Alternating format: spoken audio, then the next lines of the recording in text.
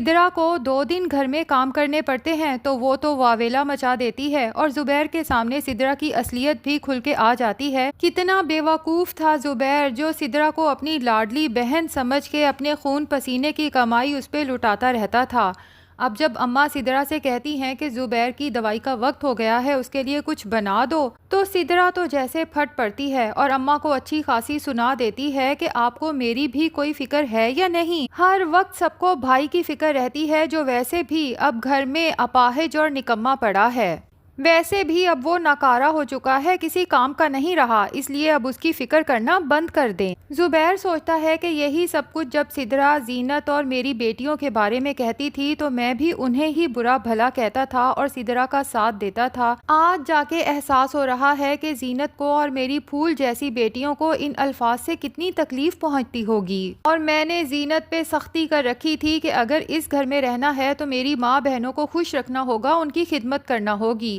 لیکن کیا پتا تھا کہ جب میرے اوپر مشکل وقت آئے گا تو یہی ماں بہنیں ایسے نظریں پھیریں گی کہ مجھے زندگی سے بہتر موت لگے گی۔ کیونکہ زبیر کو تو بہت زوروں کی بھوک لگی ہے، لیکن ماں صاف بتا گئی ہے کہ سدرا جو گھر کے کاموں میں مصروف رہی ہے تو آج اس نے کھانا بنایا ہی نہیں، حالانکہ گھر میں ایسے کون سے کام ہیں۔ اور ویسے بھی زبیر سوچتا ہے کہ یہ تو ناممکن ہے کہ میری ماں اور بہن بھی صبح سے بھوکی بیٹھی ہوں، یقیناً ان لوگوں نے باہر سے منگوا کے کچھ کھا لیا ہوگا اور میرا احساس تک نہیں کیا۔ زبیر کی بینائی کا یہ لوگ فائدہ اٹھا رہے ہیں۔ اب ہو سکتا ہے کہ سدرا کے ساتھ ساتھ ماں کو بھی یہی محسوس ہونے لگا ہو کہ زبیر جو کہ اپاہج ہو چکا ہے اب ہمارے کسی کام کا نہیں رہا، اور ادھر زبیر کی دکان میں بھی مال ختم ہو چکا ہے، مزید پیسے بھی نہیں کہ دکان میں نیا مال ڈلوایا جا سکے۔ فی الحال تو وزیر نے دکان کو سنبھال رکھا تھا، لیکن اب وہ بھی آ کے بتا جاتا ہے کہ جب دکان خالی ہے تو بہتر یہی ہے کہ اسے بند کر دیا جائے۔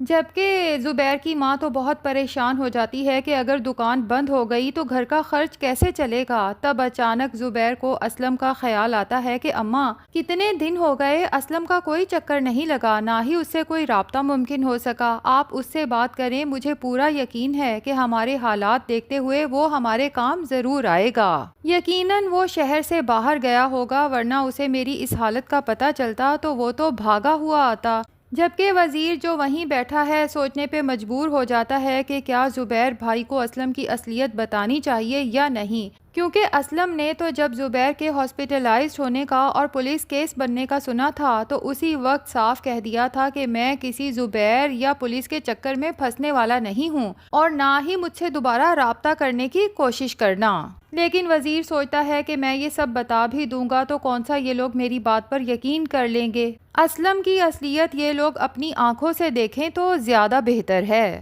اب زبیر کی ماں جب اسلم کو کال کرتی ہے تو پہلے تو وہ یوں شو کراتا ہے جیسے اسے تو خبر ہی نہیں تھی کہ اس کا بہترین دوست ہاسپٹل میں تھا، اور ساتھ ہی کنفرم کر لیتا ہے کہ پولیس وغیرہ کا کوئی چکر تو نہیں بنا۔ جب ہر طرح سے تسلی ہو جاتی ہے تو دل ہی دل میں شکر ادا کرتا ہے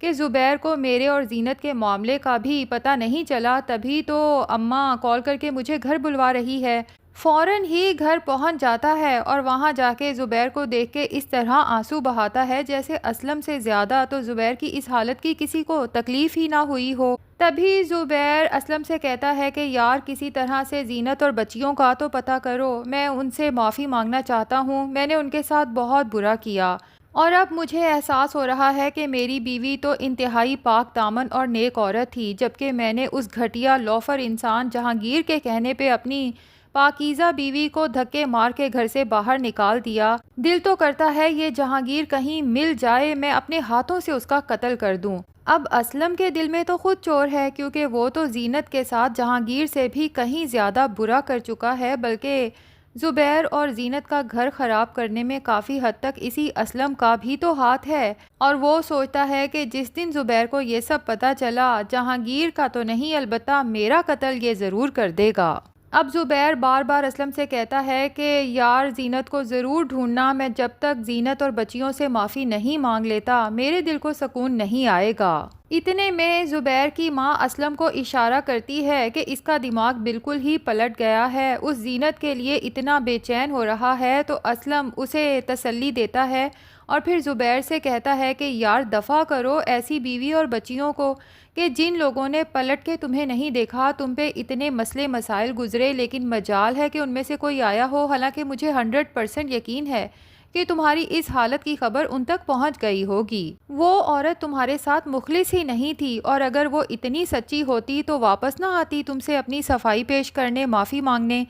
ٹھیک ہے جہانگیر کا قصور ہوگا، لیکن مجھے یقین ہے کہ کچھ نہ کچھ قصور تو تمہاری بیوی زینت کا بھی ضرور ہوگا۔ تو ماں بھی اسلم کی ہاں میں ہاں ملاتے ہوئے کہتی ہے کہ میرے بچے زبیر، تیری قسمت میں بیوی کی مخلصی اور پیار لکھا ہی نہیں، تیری دونوں بیویاں ہی بہت چال باز تھیں، اس لیے بہتر یہ ہے کہ زینت کو اب بھول جاؤ۔ زبیر کی بینائی ضرور گئی ہے، لیکن اب اس کی آنکھیں اچھی طرح سے کھل چکی ہیں اور اسے کھوٹے کھرے کی پہچان بھی ہو چکی ہے، اور اس کا دل چیخ چیخ کے کہتا ہے کہ میری ماں، بہنیں اور یہ اسلم زینت کے خلاف مجھے بھڑکاتے رہے ہیں، ورنہ زینت سے زیادہ مخلص عورت تو شاید میری زندگی میں میری ماں بھی نہیں تھی۔ جبکہ دوسری طرف سدرا جب دیکھتی ہے کہ زبیر زینت کو واپس لانے کی بات کر رہا ہے تو اسے تو خود کام کرتے ہوئے موت پڑتی ہے۔ تبھی زبیر کی ہاں میں ہاں ملاتے ہوئے کہتی ہے کہ بالکل ٹھیک کہہ رہا ہے زبیر، زینت کو اب واپس آ جانا چاہیے۔ گھر میں اتنا کام پڑا ہے اور زینت صاحبہ ہیں کہ اپنی تمام ذمہ داریوں سے بھاگ کے کہیں منہ چھپا کے بیٹھی ہوئی ہیں، مجھ سے تو بھائی گھر کا یہ سارا کام نہیں ہوتا۔ جبکہ زبیر کے دل کو سدرا کی یہ باتیں سن کے شدید تکلیف ہوتی ہے کہ سدرا کو اگر زینت کی یاد آئی بھی تو گھر کے کاموں کی وجہ سے، تبھی اسے ڈانٹ دیتا ہے کہ تم لوگوں کی انہی باتوں کی وجہ سے تو میں زینت اور بچیوں پہ ظلم کرتا آیا۔ زینت اگر واپس آئے گی بھی تو گھر کے کسی کام کو ہاتھ نہیں لگائے گی، کیونکہ میری ماں بہنوں کی خدمت کرنا میری بیوی کی ذمہ داری نہیں ہے۔ کاش کہ میں نے یہ بات بہت پہلے سمجھ لی ہوتی۔ تم لوگوں کو تو شرم سے ڈوب مرنا چاہیے کہ 2 دن تم لوگوں کو کام کرنا پڑ گیا تو موت پڑ رہی ہے، جبکہ زینت نے تو کئی سالوں سے اس پورے گھر کو چپ چاپ سنبھال رکھا تھا، اور بدلے میں اس کا احساس کرنا تو دور کی بات، کبھی کسی نے اس سے ہنس کے بات تک کرنا گوارا نہیں کی۔ دوسری طرف جہانگیر سوچتا ہے کہ ستارہ نہ صرف قاتلہ ہے بلکہ انتہائی پھوہڑ عورت ہے، اٹھ کے کسی کام کو ہاتھ تک نہیں لگاتی، اس نے تو کیا مجھے کچھ پکا کے کھلانا ہے، الٹا مجھے ہی اس کی خدمت کرنا پڑتی ہے۔ اور ستارہ ہے جو بار بار جہانگیر سے ایک ہی بات پوچھتی رہتی ہے کہ آخر ہم دونوں نکاح کب کریں گے۔ اب جہانگیر ستارہ کو کیا بتائے کہ اسے ستارہ سے شادی کرنے میں کوئی دلچسپی نہیں ہے، اور ویسے بھی اب تو جہانگیر اس چاتر عورت سے ڈرنے لگا ہے، جس طرح اس نے زبیر کو اپنے فائدے کے لیے زہر دی ہے،